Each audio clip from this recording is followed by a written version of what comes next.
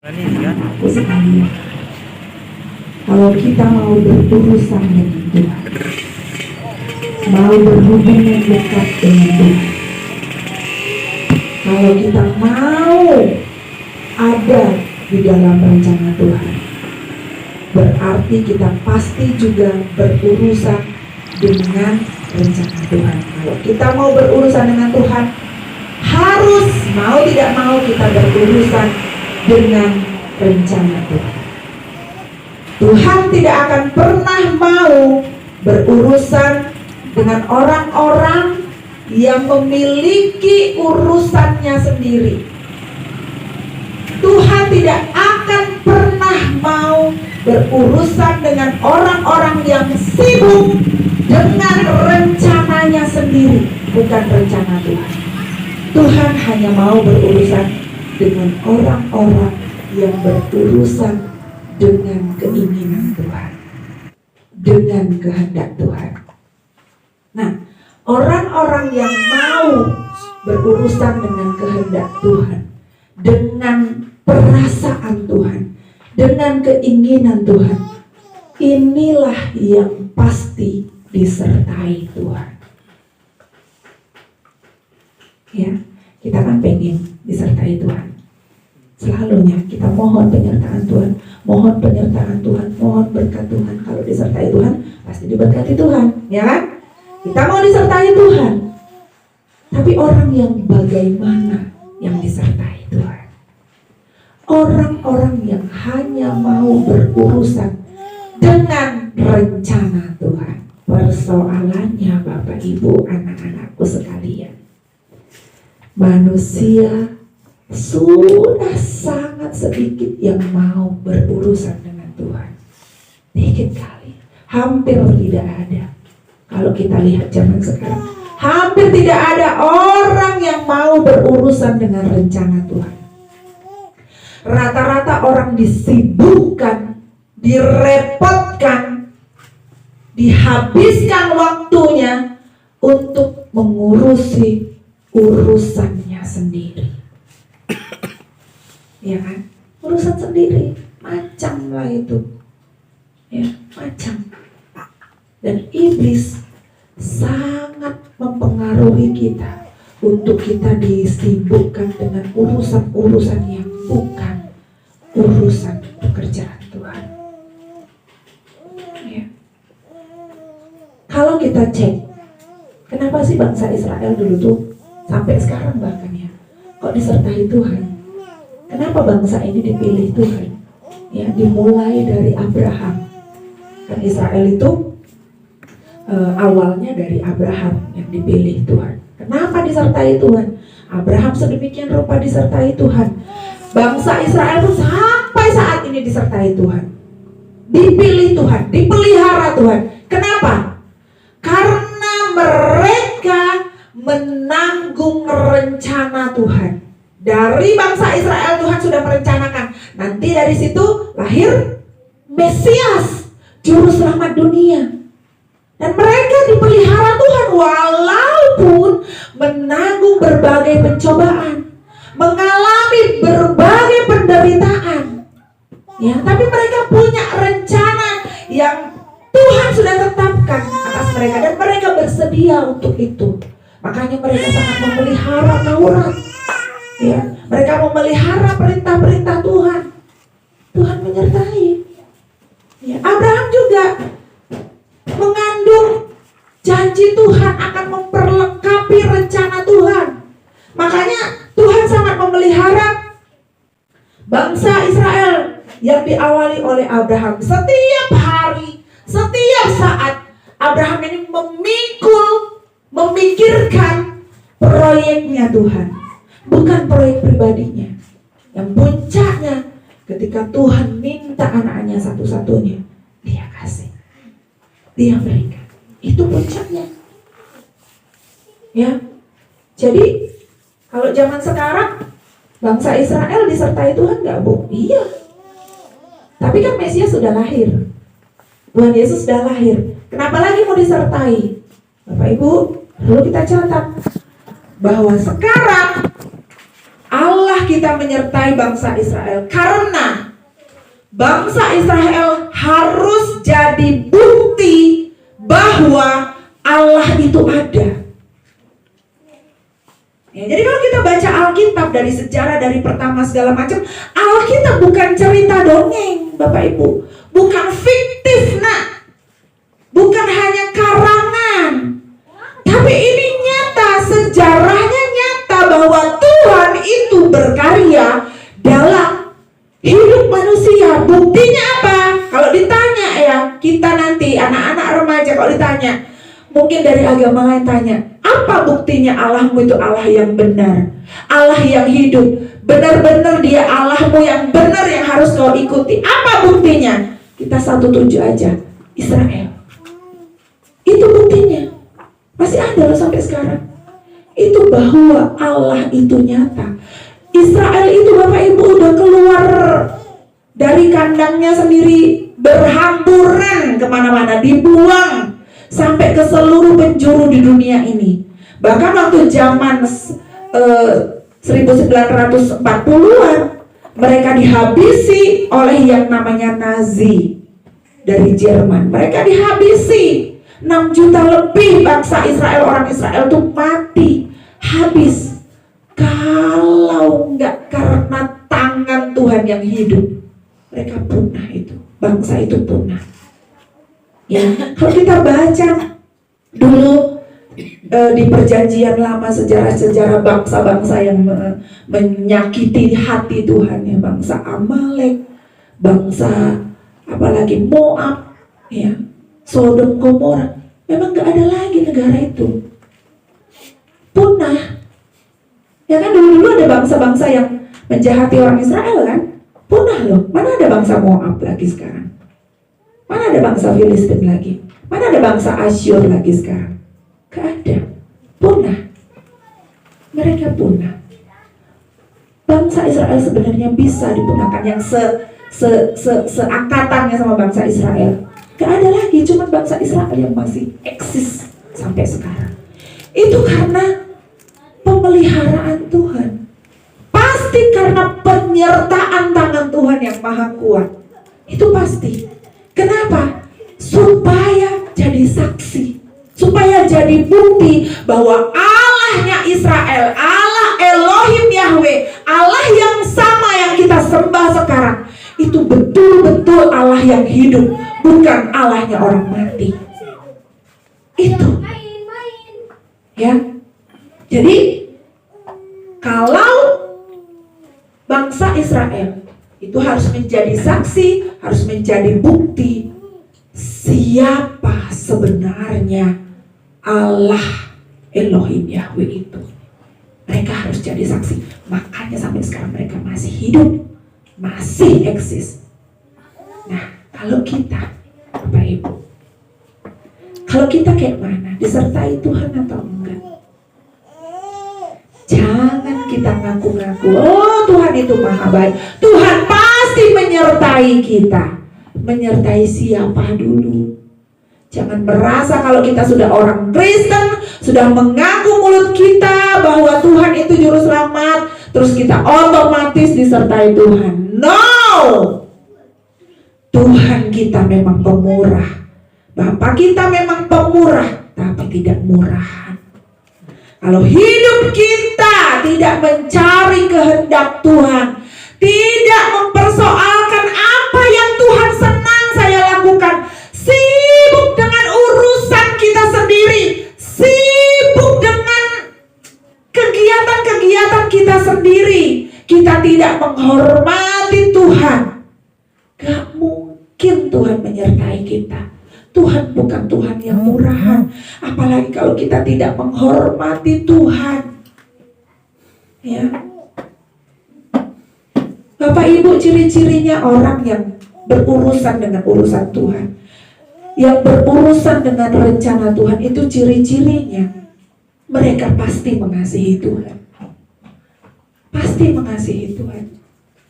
Orang yang mengasihi Tuhan kayak mana? Pasti mereka tahan, duduk diam di kaki Tuhan, dekat berlama-lama dengan Tuhan, Persis seperti kita waktu pacaran, kita senang dekat dengan si dia, senang. Waktu itu tidak terasa, ya. Tapi kalau kita di dalam gereja saja, gereja kita cuma 1 jam kurang lebih, itu aja nggak tahan kita duduk diam dengan Tuhan.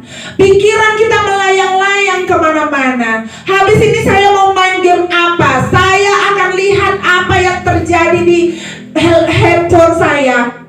Hidup kita tidak mengasihi Tuhan, tidak menghormati Tuhan. Handphone bisa jadi sarana untuk mengasihi Tuhan, tapi bisa juga jadi sarana untuk menarik kita jauh dari Tuhan. Di handphone banyak sekali Bapak Ibu, aduh, berita-berita yang politik lah, yang infotainment lah, yang lucu-lucuan lah, yang tiktok-tiktokan lah.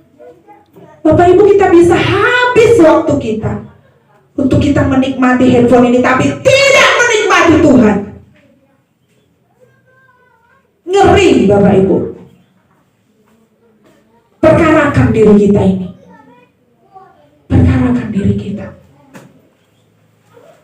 Tuhan merasa nggak kalau kita tuh mengasihi Tuhan? Tuhan merasa nggak kalau kita itu benar-benar menghormati Tuhan? Perhatikan itu. Anak-anak muda, jangan mau dirimu ditarik oleh iblis dengan hal-hal seperti itu. Habis waktu, nah cuma gini aja. Habis waktu. Coba hitung dulu, 1 hari berapa jam kita menghabiskan waktu untuk HP. Melihat segala macam tontonan, segala macam, yang itu belum tentu menyenangkan hati Tuhan. Berapa menit kita duduk diam di kaki Tuhan? Berapa menit? Pikirkan itu. Berapa menit kita disibukkan dengan perkara-perkara dunia, yang pesta lah, yang inilah, yang itulah, ya, urusan-urusan yang gak penting sebenarnya. Bapak Ibu, bukan gak boleh kita pesta, boleh. Tapi kalau sampai itu menyita tenaga, waktu, pikiran kita, ya, dan bahkan gara-gara itu kita tidak datang kepada Tuhan, kita belum mengasihi Tuhan dengan segenap kekuatan kita. Kita gak berurusan dengan Tuhan, kita masih berurusan dengan dunia. Dan orang-orang yang seperti ini, orang-orang yang sibuk dengan urusan dunia, gak pantas disertai Tuhan. Tuhan kita bukan murahan, memang Dia maha murah. Cari Tuhan selama Dia berkenan ditemui. Dia berkenan ditemui sekarang, mumpung kita masih hidup. Kalau kita udah sakit-sakitan, udah mati nanti, kalau masih banyak yang kita genggam ini, kita gak bisa menggenggam tangan Tuhan. Gak bisa Bapak Ibu, ya. Gereja ini juga pelayanannya, programnya harus sesuai dengan rencana Tuhan. Makanya Bapak Ibu, saya belum punya banyak program. Saya melihat teman-teman, ya, sesama hamba Tuhan, sesama penggembala di jemaat-jemaat Tuhan, begitu banyak program, bikin ini, bikin itu, bikin ini, bikin itu, heboh sendiri. Saya bertanya, apakah ini sesuai dengan rencana Tuhan? Kebanyakan kami para hamba Tuhan ini terjebak kepada agenda pribadi kami. Terjebak, pengen eksis, pengen dihormati, pengen jemaatnya besar, pengen kaya, pengen semua.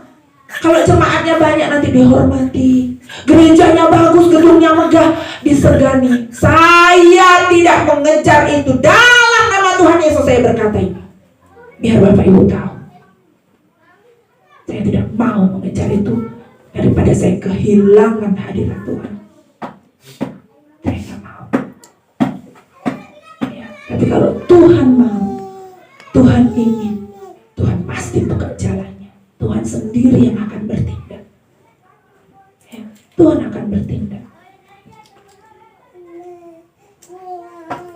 Dalam mengikut Tuhan, dalam bergereja, kita gak boleh asal bergereja, asal punya agama, asal di KTP tertulis nama kita Kristen. Enggak, Bapak Ibu, enggak. Itu dulu, ya. waktu zaman apa? Zaman kegelapan. Kita udah puluhan tahun, belasan tahun jadi Kristen, berubah. Ya, kita mau penyertaan Tuhan, tapi harus kita menjadi diri yang pantas untuk disertai Tuhan. Ya, jadi kalau kita sekarang kayak mana? Ya kita harus jadi saksi bagaimana Allah yang benar. Kita harus jadi saksi. Ya. Bagaimana menyaksikan Allah yang benar itu, Bu? Apakah aku harus pergi ke kampung-kampung sana? Apakah harus aku di pasar khotbah gitu ya, kan ada tuh orang yang khotbah di pasar, di tengah pasar. Kayak mana, Bu? Saya supaya jadi saksi bagaimana menunjukkan Allah yang benar itu? Kayak mana? Ya. Bagaimana saya bisa menunjukkan kepada orang lain bahwa satu-satunya juru selamat kita itu adalah Tuhan Yesus, yang kepadanya kita harus ikut. Kayak mana caranya? Caranya yang paling penting, Bapak Ibu, bukan harus Bapak Ibu sekolah teologi ya, bukan harus punya kepandaian. Ya nggak apa-apa kita nggak lulus sekolah kita nggak tinggi, tidak apa-apa. Ya, yang penting hatimu mengasihi Tuhan. Itu dulu. Kalau hatimu mengasihi Tuhan, itu terpancar dari hidupmu setiap hari. Kelihatan orang yang mengasihi Tuhan. Itu kelihatan. Orang yang mengasihi Tuhan pasti berusaha untuk hidup kayak mana yang Tuhan senang. Kayak mana seperti Tuhan Yesus sudah menyenangkan hati Bapaknya. Kayak mana? Ya, saya pun di sini masih berjuang, kadang masih mau marah, kadang masih mau sakit hati, kadang mau ada iri dan dengki, itu masih ada. Ini loh yang harus dibuang, supaya kita tuh bisa betul-betul gitu loh ketemu sama Tuhan. Jadi nggak Tuhan itu cuma ada di mulut kita, di pikiran kita, iya Tuhan, tapi lama-lama jadi hantu. Ya, cuma roh aja gentayangan, kita tak kenal, nggak bersama dengan kita. Janganlah. Kita mau berubah, kita mau berjuang sampai serupa jadi seperti Tuhan Yesus. Seperti Tuhan Yesus maksudnya bukan seperti Tuhan Yesus. Ada yang orang ngomong, mana ada orang seperti Tuhan Yesus? Perintah Alkitab, perintah firman Tuhan, kita harus seperti Yesus. Seperti Yesus maksudnya dengan kapasitas kita, dengan kemampuan kita. Kalau kemampuan kita, contoh seperti di kelas, saya sering bilang, kemampuan kelas TKA sama TKB berbeda. Kalau TKA, dia bisa bikin garis lengkung saja, garis lengkung, diajari Bu Satya garis lengkung, terus dia bisa membuat itu dengan bagus, pas garis, pas di dalam kotak, itu sudah sempurna. Dia taat, dia berjuang, dia setia, garis lengkung. Tapi kalau TKB sudah harus bisa huruf B, bagus. Huruf B, bukan cuma garis lengkung doang. Huruf B, itulah sempurnanya TKB. Dia taat, dia setia, dia berjuang untuk bisa bikin huruf B. Sempurnanya kita yang dituntut oleh Tuhan juga seperti itu. Kalau kemampuan kita melompat 1 meter, 1 meter kita bisa. Kalau kita lompatnya cuma 1/2 meter, berarti itu nggak sempurna. Karena kemampuan kita 1 meter. Tuhan tahu setiap kemampuan kita. Ya, Tuhan tahu. Contoh, ini simple ya, contoh. Bukan berarti saya menyampaikan ini mau ada kepentingan-kepentingan yang lain. Enggak, contoh. Bapak Ibu ingat, kalau kita bisa kasih persembahan anak-anak kita, misalnya anak-anak sekolah minggu, kalau kita bisa kasih persembahan contoh 5.000, karena jajannya dia 1 hari 5.000, contoh ya, tapi dia bawa ke sini persembahannya 1.000, itu tidak sempurna. Mengerti maksud saya, Bapak Ibu? Mengerti ya maksud saya? Dia bisa bisa satu hari jajan 5.000, habiskan uang 5.000, tapi kenapa dibawa kepada Tuhan, dipersembahkan kepada Tuhan cuma 1.000? Itu baru uang. Dia bisa punya waktu untuk duduk diam di kaki Tuhan, dekat kepada Tuhan, menyembah Tuhan. Dia bisa punya waktu 2 jam contohnya satu hari. Gak usah lah dulu 2 jam, 1 jam aja contohnya satu hari. Karena dia main HP juga 1 jam. Nah sekarang kalau main HP-nya 1 harian, tapi tidak ada sedikit pun waktu yang dipersembahkan kepada Tuhan untuk tanya, Tuhan apa sih yang kau mau dari hidupku? Gak mau berurusan dengan rencana Tuhan. Jangan berharap Tuhan menyertai. Jangan berharap. Kita punya cita-cita yang tinggi. Contohnya, saya mau kejar mimpi, tapi saya malas lari. Apa itu? Kamu punya mimpi, maksimalkan potensimu, tanggung jawab akan mimpimu, akan cita-citamu. Itu baru anak Tuhan yang benar. Itulah kesempurnaan kita. Punya cita-cita segala macam, tapi belajar malas. Ya, latihan malas. Contoh misalnya Billy mau jadi perenang profesional, tapi malas belajar berenang. Kan gak mungkin. Itu namanya gak sempurna. Itu loh sempurna yang dituntut oleh Tuhan kepada kita. Bukan sempurna terus seperti Yesus bisa bikin mujizat dan segala macam. Bukan, maksudnya bukan seperti itu Bapak Ibu. Kita harus belajar. Kita bisa sempurna sesuai dengan kapasitas kita, tapi kriterianya, contohnya adalah Tuhan setia. Yang ketaatannya itu.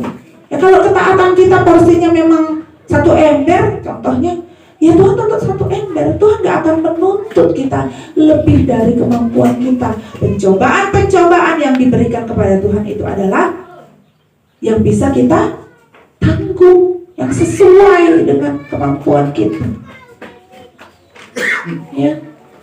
Jadi Bapak Ibu, kita mau berubah, kita mau belajar, ikuti rencana Tuhan, jangan rencana kita. Tadi firman Tuhan mengatakan, sebab rancanganku itu bukan rancanganmu, jalanku bukan jalanmu. Firman Tuhan mengatakan, seperti tingginya langit dari bumi. Sulit kita mengetahui rencana Tuhan. Bahkan Tuhan seakan-akan kadang gak ada dalam hidup kita. Kayak mananya Tuhan kok susah terus? Marsa doroh aku. Hidupku kayak gini-gini terus, mau jadi apa aku ini Tuhan? Ya dekatlah sama Tuhan, tanya, berdoa. Jadi kalau berdoa itu Bapak Ibu mulai sekarang ya, jemaat GSKI Bali G, mulai sekarang kalau berdoa, yuk kita biasakan itu ngobrol sama Tuhan. Bukan berdoa cuma mau minta. Jangan manfaatkan Tuhan. Ya, jangan manfaatkan Tuhan untuk kepentingan pribadi. Jangan manfaatkan gereja untuk kepentingan pribadi. Kalau Bapak Ibu mau memanfaatkan saya, nggak apa-apa. Ya, kalau Bapak Ibu mau memanfaatkan saya, nggak apa-apa, karena itu berkat bagi saya. Karena saya tahu dan saya sudah alami berulang kali, ya ratusan kali. Tuhan tidak pernah mau berhutang kepada saya. Jadi kalau Bapak Ibu manfaatkan saya senang. Karena itu pintu berkat bagi saya. Tapi kalau Bapak Ibu sudah tahu, punya kerinduan, tahu apa pekerjaan Tuhan, dan Bapak Ibu cuek, kita cuek dengan pekerjaan Tuhan, Bapak Ibu menutup pintu berkatmu sendiri. Jangan kita bisa jajan ratusan ribu, kita bisa jajan puluhan ribu, tapi mempersembahkan hal yang kecil ini saja. Kita hitung-hitungan sama Tuhan, itu menutup pintu berkat. Ya, bukan saya bilang kalau mempersembahkan terus diberkati, tidak. Tuhan lihat hati kita, Tuhan lihat hati kita masih atau enggak. Makanya ya, Kain dan Habil waktu itu, kalau saya tiba-tiba ingat Kain dan Habil, karena nanti sekolah minggu itu nanti kami mau cerita Kain dan Habil. Kain dan Habil. Tunggu, saya cek dulu ya. Tadi saya sempat cek sebentar. Kita buka dulu Kejadian pasal yang ke Kain dan Habil. Kejadian pasal yang keempat. Kejadian pasal yang keempat ayat 4 dan ayat 5. Ayat 4 dan ayat 5 saya bacakan ya. Habel juga mempersembahkan korban persembahan dari anak sulung kambing dombanya, yaitu lemak-lemaknya. Perhatikan kata berikut, kalimat berikut. Maka Tuhan mengindahkan Habel dan korban persembahannya itu. Siapa yang disebut duluan? Maka Tuhan mengindahkan Habel dan korban persembahannya itu. Siapa yang disebut duluan? Persembahannya atau Habelnya? Habelnya. Berikut ayat 5. Tetapi Kain dan korban persembahannya, siapa yang disebut duluan? Kain dan korban persembahannya tidak diindahkannya. Bukan berarti Tuhan pilih kasih. Bukan. Yang disebut duluan orangnya, pribadinya, baru persembahannya. Orangnya dulu yang dilihat Tuhan. Karena Tuhan bukan semena-mena. Tuhan tahu memang Kain ini hatinya panasan, iri hatian. Tuhan pasti lihat dia mungkin sejak kecil. Sama adiknya mungkin gak mau mengalah. Ya entah berebutan apalah. Ya kan mungkin seperti itu. Dan dilihat Tuhan itu dari kecil. Orangnya dulu, pribadinya dulu, hatinya dulu, itu yang dilihat Tuhan. Baru persembahannya. Gereja ini tidak menuntut persembahan yang banyak-banyak Bapak Ibu. Tapi kalau hatimu mengasihi Tuhan, kami menuntut hatimu mengasihi Tuhan. Ya, persembahannya dulu. Bapak Ibu pun datang ke gereja bukan ke gerejanya ini loh yang Tuhan lihat. Bukan karena Bapak Ibu duduk memuji menyembah kami pun sebagai pelayan Tuhan. Bukan bagusnya khotbah ini, bukan bagusnya suara kita kalau kita mau memuji Tuhan. Kalau kita mau mempersembahkan melayani Tuhan, bukan karena bagusnya suara kita. Ya, nggak apa-apa suara kita pas-pasan, fales, nggak apa-apa. Ya, nggak apa-apa kita nggak belajar teologi banyak-banyak di sini, tapi kita hatinya itu rindu duduk sini. Kalau menyembah bukan bagusnya penyembahan itu, tapi hati ini loh menghormati Tuhan. Makanya saya nggak mengajarkan penyembahan yang aneh-aneh. Dari hati ini loh, Tuhan tuh melihat hati, Bapak Ibu. Diri kita dulu, baru persembahannya, baru penyembahanya, baru pujiannya. Bukan asal memuji, bukan asal duduk dalam gereja, bukan. Bapak Ibu, ya ayo. Kita berubah. Jangan kita seperti orang-orang yang lain. Yang asal ke gereja lah, daripada ditengok orang gak gereja, ya udahlah, gak punya baju, gak apa-apa, bajunya cuma itu aja, gak apa-apa. Tapi ketika dari rumah kita udah mikirkan Tuhan, aku mau ketemu Tuhan, berindu apa yang Tuhan ingin dalam hidup kita, dalam hidupku. Hanya pergunakan waktu yang ada. Hanya Tuhan mau apa, Tuhan pengen apa yang aku buat. Kalau aku sekarang sekolah yang belajar dengan sungguh-sungguh, menghormati orang tua, bantu orang tua sedapat mungkin. Kalau aku bisa bekerja, ya aku akan bekerja keras mencukupi keluargaku. Ya kalau aku bisa nyanyi, ya aku akan nyanyi buat Tuhan. Kalau aku cuma bisa duduk diam menangis di hadapan Tuhan, itu pun akan dilakukan. Yang penting Tuhan senang. Ya, amin, Bapak Ibu. Haleluya. Biar rencana Tuhan bergenapi dalam hidup kita. Biar rencana Bapa yang Maha Tinggi itu walaupun tinggi rencana, tapi Dia berkenan kita. Dia berkenan, Dia mau kita temui. Mumpung kita masih hidup. Kalau kita sudah mati, Dia tak berkenan lagi ditemui. Sudah terlambat. Jangan sampai terlambat. Haleluya. Mari kita bangkit berdiri. Kita bangkit berdiri.